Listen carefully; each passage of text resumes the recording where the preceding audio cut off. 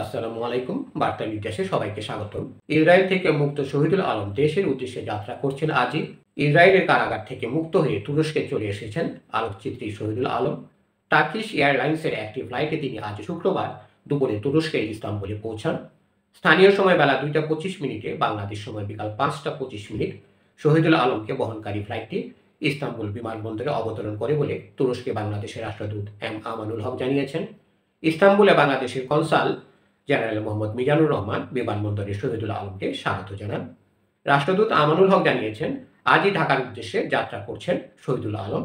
ইস্তাম্বুলের স্থানীয় সময় সন্ধ্যা 6টা 45 মিনিটে টার্কিশ এয়ারলাইন্সের একটি ফ্লাইট ঢাকার উদ্দেশ্যে উড্ডয়ন করবে। ওই ফ্লাইটে দেশের পথে যাত্রা করবেন শহীদুল আলম। ফ্লাইটটি আগামীকাল শনিবার ভোর 4টা 55 মিনিটে ঢাকা পৌঁছাবে।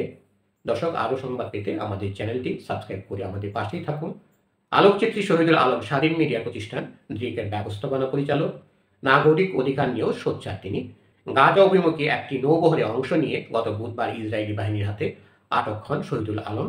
ফিলিস্তিনে ইসরায়েলি নৃশংসতা বন্ধ এবং গাজায় ইসরায়েলি নৌ অবরোধ ভাঙ্গার প্রত্যয় নিয়ে ফ্রিডম ফ্লোটিলা কোয়ালিশন নামের একটি বৈশ্বিক প্ল্যাটফর্ম গাজা অভিমুখে ওই নৌযাত্রা শুরু করেছিল। ইসরায়েলি আগ্রাসন বন্ধের দাবিতে আত্মপ্রকাশ করা আরেক উদ্যোগ 1000 ব্যান্ড-লি-নস টু গাজা 8টি নৌযান এই যাত্রায় অংশ নিয়েছিল। মোট 9টি নৌযান এ বহরে বিভিন্ন দেশের রাজনীতিবিদ, সাংবাদিক, চিকিৎসক ও অধিকার কর্মী যোগ দিয়েছিলেন। সেই দলে ছিলেন আলোকচিত্রী শহীদুল আলম। গত বুধবার ওই নৌবহরে আক্রমণ করে সব অধিকার কর্মী ও নাবিককে ধরে নিয়ে যায় ইসরায়েলি সেনারা। পরে শহীদুল আলম সহ আটক অনেককে ইসরায়েলের কেরচিয়েত কারাগারে নেওয়া হয়। ইসরায়েলে আটক হওয়ার পর থেকেই শহীদুল আলমের মুক্তি নিশ্চিত করতে বাংলাদেশ সরকার জর্ডান, মিশর ও তুরস্কের মধ্যে কূটনৈতিক তৎপরতা চালিয়ে আসছিল। কারামুক্ত হয়ে শহীদুল আলম আজই ইসরায়েলের থেকে তুরস্কের উদ্দেশ্যে যাত্রা করেন।